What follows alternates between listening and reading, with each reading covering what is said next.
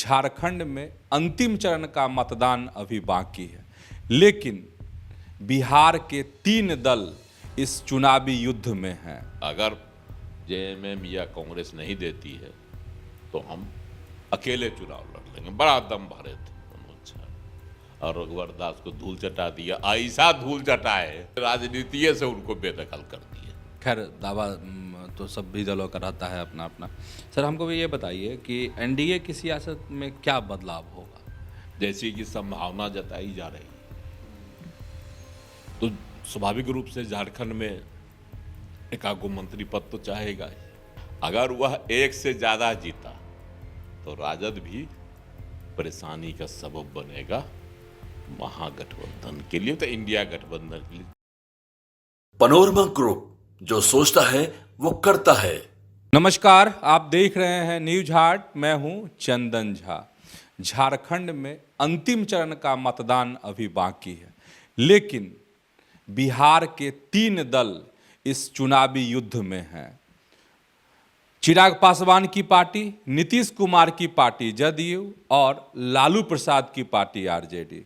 तो आखिर इनका क्या होगा, इसी खबर को आज समझिए। और इस खबर पर हमारे साथ बात करने के लिए हैं वरिष्ठ पत्रकार अजय मिश्र। सर, आपका इस कार्यक्रम में स्वागत है। धन्यवाद चंदन जी। सर, अब तो अंतिम चरण का मतदान नहीं, 20 नवंबर को। कहानी तो अब जो है वो ईवीएम में अब बंद हो जाएगी 20 नवंबर को। उसके बाद तो झारखंड की क्या तस्वीर आती है तो 23 को पता चलेगा। जो कयासबाजी हो, नतीजे तो 23 को बोल ही देंगे कि हम किसके साथ हैं। तो बिहार के 3 दलों की कहानी क्या बनेगी, क्या लग रहा है? बिहार से भी 3 दल मैदान में है। पहले भी आरजेडी तो वहाँ लड़ते ही रहा था, जदयू भी पहले लड़ा था, लेकिन इस बार जदयू भी पूरे दमखम के साथ भी 11 सीट मांग रहा था, दावा कर रहा था 11 सीट पर लड़ेंगे जदयू के लोग। है ना, अशोक चौधरी प्रभारी है झारखंड के, जाते थे तो 11 सीट का दावा करते थे। और आरजेडी तो जब चुनाव की घोषणा हो गई तो आरजेडी का तो बड़ा दावा था। 19 सीट जो है, राष्ट्रीय प्रवक्ता है मनोज झा, उन्होंने कहा था 19 सीट मिलना चाहिए, कम से कम 12-13 सीट तो मिलना ही चाहिए। अगर जेएमएम या कांग्रेस नहीं देती है तो हम अकेले चुनाव लड़ लेंगे। बड़ा दम भरे थे मनोज झा, लेकिन अंत में जो है 4-5 दिन कुंडली मारने के बाद तेजस्वी यादव को 6 सीट मिला और 6 सीट पर संतोष करना पड़ा। तेजस्वी यादव प्रचार में घूम रहे हैं, अपने पार्टी के प्रत्याशियों के साथ साथ जो है कांग्रेस के लिए भी करते हैं, जेएमएम के लिए भी करते हैं। तो पूरी मुस्तैदी के साथ झारखंड में जमे हुए हैं। उपचुनाव कि जब 13 को यहाँ ख़त्म हो गया, यहाँ का जब प्रचार उनका ख़त्म हो गया तो झारखंड को निशाना बना के वो चले गए, वहीं हैं जमे हुए। कल तो रवीना टंडन से भी उनकी मुलाकात हो गई देवघर में। बड़ा एकदम इसका खूब वीडियो चल रहा है सोशल मीडिया पर, उन्होंने खूब बातें भी की अच्छी अच्छी रवीना टंडन के साथ। रवीना टंडन भी आई थी अपनी बेटी के फिल्म को प्रमोशन के लिए भगवान भोलेनाथ से आशीर्वाद लेने देवघर। तो पूरे जमे हुए हैं। आज अंतिम हो गया, प्रचार खत्म, तो जो हो। लेकिन सबसे बड़ी बात है कि हमारे बिहार के जो ये 3 पार्टियां हैं, बिहार में तो वजूद है, जदयू की सरकार ही है, 1-2 दिन से नहीं है। 18-19 साल से मुख्यमंत्री बने हुए हैं जदयू के नीतीश कुमार जी, चाहे जिस खेमे से बने, जैसे बने, लेकिन बने हुए हैं। और उनकी पार्टी झारखंड में लड़ रही है 2 प्रमुख सीट। एक है जमशेदपुर पश्चिमी, वहाँ से सरजुग राय, बहुत बड़े रणनीतिकार, चारा घोटाला में लालू प्रसाद को घसीट कर जेल तक पहुंचाने में उनकी बड़ी भूमिका रही, सबसे अहम। और जिसके पीछे पड़ते हैं मुख्यमंत्री के कुर्सी से उसको विदा कर ही देते हैं। सरजुग राय की यह एक अपनी खासियत है। लालू प्रसाद को जब केस आया चारा घोटाला का प्रकाश में, उसके बाद से जो शुरू की है सरजुग राय, शुरुआत भी पहला बार उन्होंने ही शुरुआत की थी। और उसके बाद होते होते लालू प्रसाद को जो है 1997 में विदा करिए दिए। उसके बाद से तो कुर्सी नहीं है नसीब हुई, भले उनकी सरकार 2005 तक चली बिहार में, राबड़ी देवी मुख्यमंत्री बनी दोनों टर्म में, लेकिन लालू प्रसाद जी को तो कुर्सी नसीब नहीं है हुई।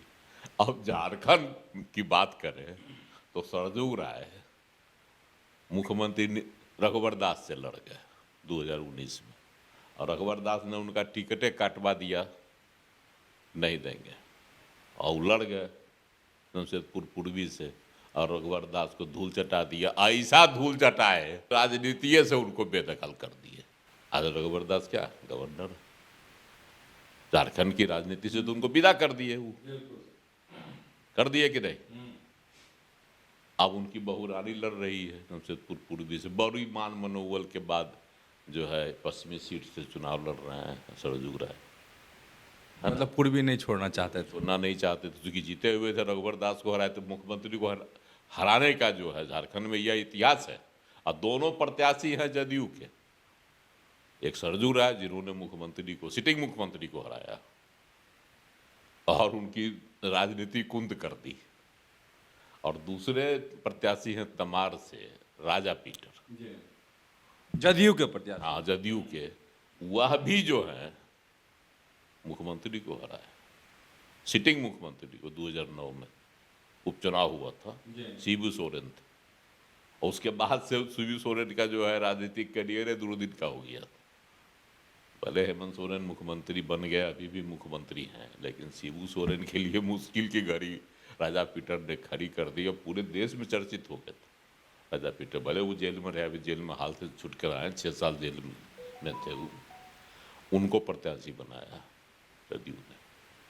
अब देखना है कितने बड़े, जिनकी सियासी हैसियत मुख्यमंत्री से लड़कर मुख्यमंत्री को पानी पिला देने की है, वह झारखंड में जदयू के टिकट पर, मतलब दोनों निर्दलीय लड़े थे, दोनों निर्दलीय हराए थे, तो इस बार दोनों जो है पार्टी से हैं, नीतीश कुमार जी का साथ है, कुर्मी वोट का संबल है, सहारा है, भाजपा का सहयोग है, और क्या करिश्मा दिखा पाते हैं। आरजेडी को जो है पिछली बार 2019 में जो है 7 सीटें मिली थी, 7 सीटों पर चुनाव लड़ा था, और 1 सीट पर उसकी जीत हुई थी चतरा में, सत्यानंद भोक्ता जीते थे, और वह मंत्री भी हैं।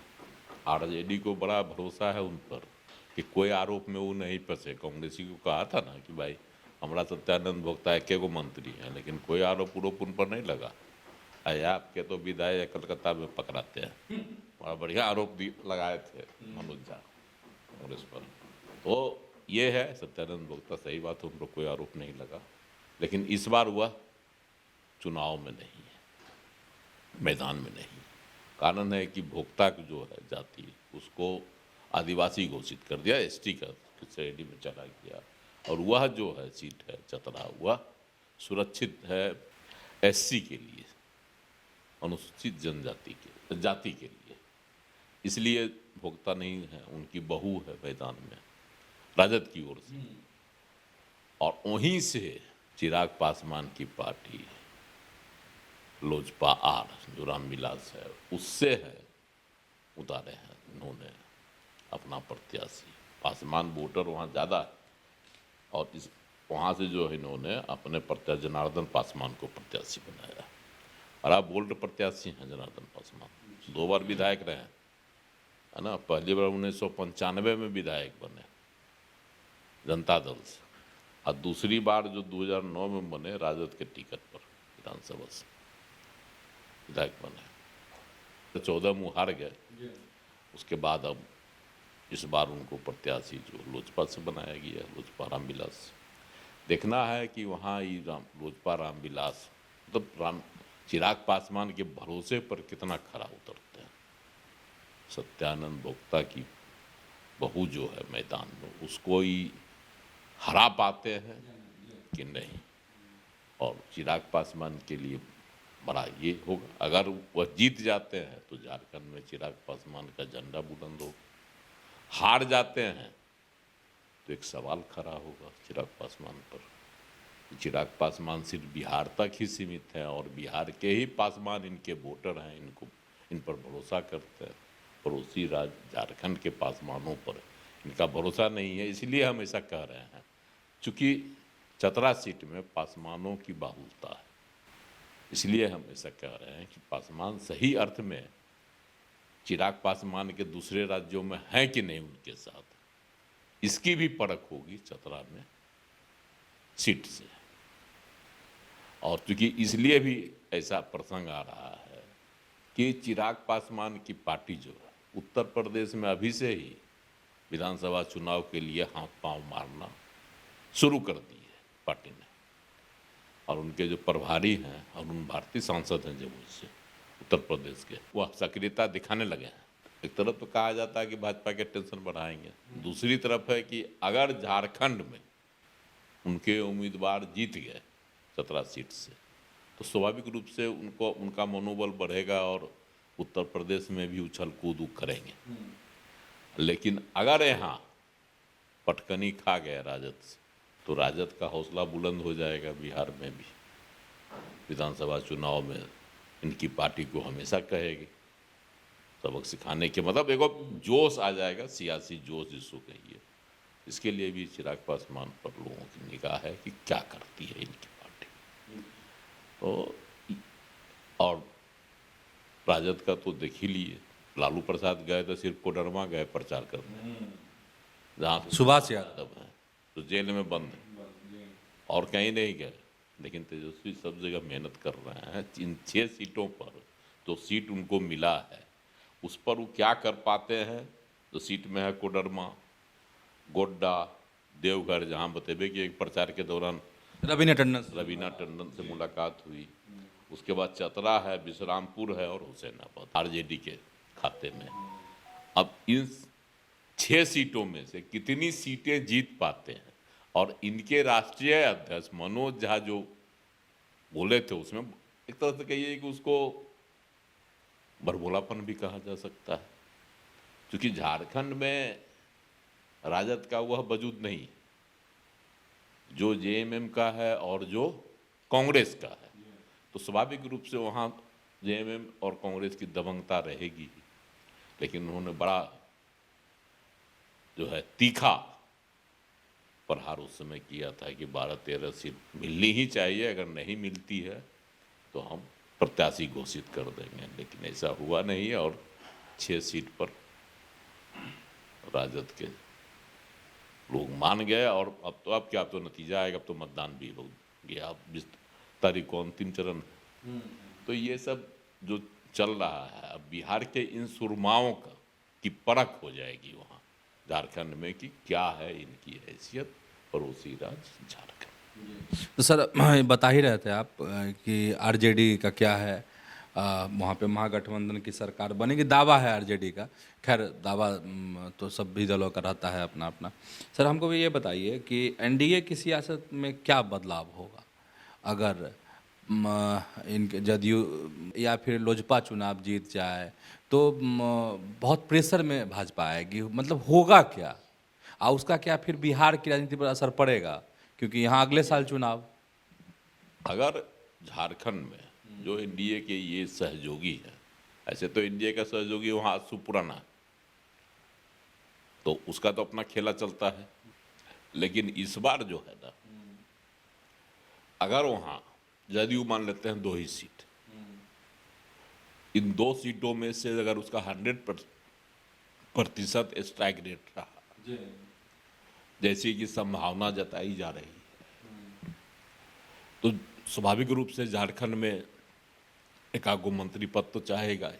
अब जैसे जदयू का है, दोनों सीट, दोनों प्रमुख सीट है, दबंग उम्मीदवार भी हैं। अगर दोनों सीट जदयू जीत जाता है वहाँ तो निश्चित रूप से मंत्री पद में हिस्सेदारी मांगेगा। चिराग पासवान का भी मनोबल बढ़ेगा, वो कहेगा यहाँ तो वो जीता हुआ आरजेडी था, मंत्री था। हमारे तो जो प्रत्याशी हैं वो पहले भी विधायक रहे हैं 2 बार, तो इनका भी दावा बनता है, ये भी मंत्री पद चाहेंगे। आंसू की तो दावेदारी रहेगी। तो ये सब सिरदर्द होगा। इधर अगर आरजेडी 6 सीट में से कुछ 1, 2, 4 जो भी जीत जाए संख्या, अगर वह एक से ज़्यादा जीता तो राजद भी परेशानी का सबब बनेगा महागठबंधन के लिए, तो इंडिया गठबंधन के लिए हिस्सेदारी ज़्यादा मांगेगा। हमको 2 जीता तो 2 मंत्री पद दीजिए। तो समझ गए कि झारखंड में बिहार के 3 दल चुनाव लड़ रहे हैं। अंतिम चरण की वोटिंग होनी है 20 नवंबर को। इन्हें जीत मिलती है इस चुनाव में तो क्या होगा, बिहार की सियासत पर क्या असर पड़ेगा। तो ऐसे ही देखते रहिए न्यूज़ हाट, खबरों से अपडेट रहिए। धन्यवाद, नमस्कार।